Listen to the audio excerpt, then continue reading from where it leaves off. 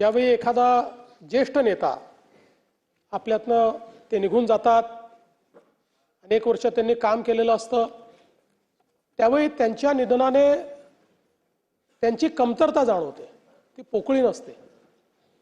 पण ज्यावेळी अजितदादांसारखा एक व्यक्ती जो राजकीय क्षेत्रामध्ये स्थिरावलेला आहे, ज्यांनी राजकीय क्षेत्राला वेगवेगळ्या पद्धतीनं पादांकरात केलं आहे, ज्यांनी राजकीय क्षेत्रामध्ये आपलं स्वतःचं अस्तित्व नेतृत्व निर्माण केलं आहे आणि ज्या व्यक्तीकडे समाज आणि संपूर्ण क्षेत्र भविष्याच्या दृष्टीनं पाहत आहे, असा व्यक्ती ज्यावेळेस निघून जातो त्यावेळी खऱ्या अर्थानं पोकळी निर्माण झाली हा जो शब्द आहे, त्या शब्दाची व्याख्या काय आहे हे आपल्याला लक्षात येते. कारण तो असा क्षण असतो की ज्यावेळी आपल्याला लगेच लक्षात येतं की आता अशा प्रकारचे अजितदादा दुसरे होऊ शकत नाही. त्यामुळे ही जी पोकळी आहे ही पोकळी भरून काढणं हे अत्यंत कठीण आहे. आणि म्हणून मला असं वाटतं की खऱ्या अर्थानं त्यांचं अकस्मात निधन हा आपल्या सर्वांकरता एक धक्का देखील त्या ठिकाणी आहेच. खरं म्हणजे मंत्रिमंडळाच्या बैठकांमध्ये, जनतेमध्ये जात असताना, प्रसार माध्यमांमध्ये, जाहीर कार्यक्रमांमध्ये, अधिवेशन चालू झाल्यानंतर अजितदादांचं अस्तित्व हे सगळीकडे ठळकपणे जाणवायचं. कारण आपल्याला कल्पना आहे की प्रत्येक गोष्ट ही शिस्तीत झाली पाहिजे अशा पद्धतीनं सातत्याने अजितदादांचं त्या ठिकाणी म्हणणं असायचं. आणि सकाळी 6 वाजल्यापासून काम करणारा नेता अशा पद्धतीनं त्यांची ख्याती होती.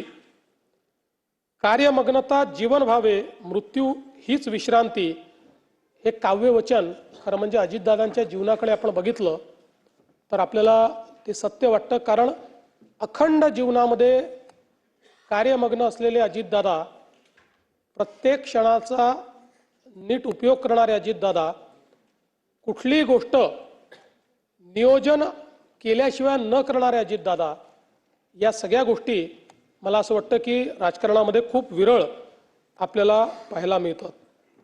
खरं तर त्यांचा आणि आमचा दोघांचाही जन्म 22 जुलैचा. दादा माझ्यापेक्षा 11 वर्ष मोठे होते, खऱ्या अर्थानं माझे दादाच होते. आणि मला असं वाटतं की गेल्या जवळपास 1 दशकापेक्षा जास्त काळ, ते तर सोबत कदाचित उशिरा आले आमच्या, पण 1 दशकापेक्षा जास्त काळ अतिशय आमची जवळीक होती, अतिशय चांगली मैत्री होती. त्याच्या आधी देखील आमची, कारण मी 99 साली आलो, त्यानंतर दादांची ओळख झाली, संबंध आणले.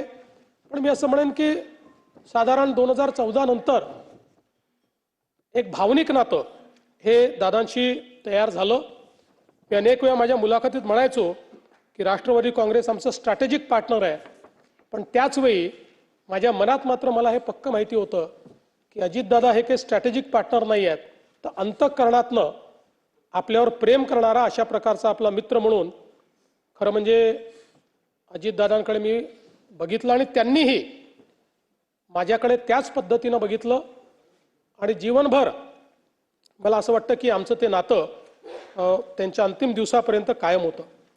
मला आजही आठवतं की 27 जानेवारी 2026ला मंत्रिमंडळाची बैठक झाली, त्यानंतर पायाभूत सुविधांची बैठक झाली.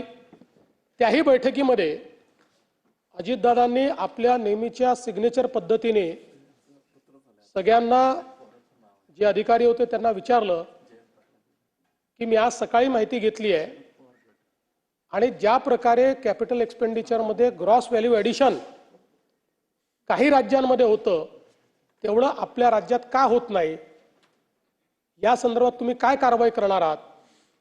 आणि मग अधिकाऱ्यांनी सांगितलं कॉस्ट ओव्हररन कसे होतात, प्रोजेक्ट्स कसे डिले होतात, त्याच्यामुळे ग्रॉस व्हॅल्यू ॲडिशन का होत नाही.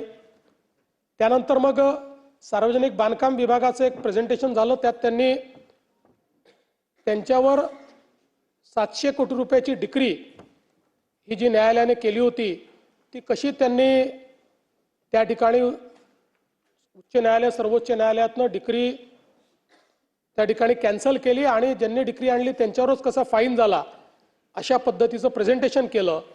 त्यावर दादा गमतीने असं म्हणाले, पुढच्या वेळेसपासून असेच तुम्ही फक्त प्रस्ताव या ठिकाणी आणत जा. आणि ती सगळी बैठक आम्ही संपवली.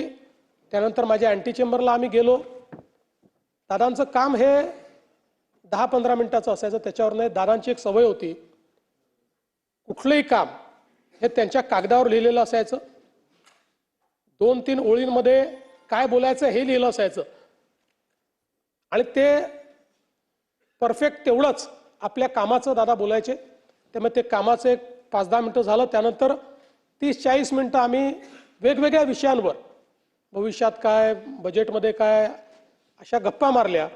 जवळपास पावणे तास आम्ही त्या ठिकाणी एकत्रित होतो आणि त्यानंतर दादा त्या ठिकाणून गेले. त्यावेळेस खरं म्हणजे ही पुसटशीही कल्पना नव्हती की कदाचित तीच आपली शेवटची भेट ही दादांशी ठरेल.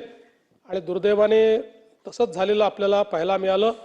ही अपघाताची बातमी ज्यावेळेस आली त्यावेळेस पहिल्यांदा मनाने असं म्हटलं की ठीक आहे, अपघात झाला असेल, पण अपेक्षा करूया काही झालं नसेल. पण लगेच दुसरी बातमी आली की विमानाची परिस्थिती बघता त्याच्यामध्ये कोणीही त्या ठिकाणी जिवंत असेल असं वाटत नाही. आणि त्यातनं मग पुढच्या गोष्टी आपल्या सर्वांना माहितीच आहेत.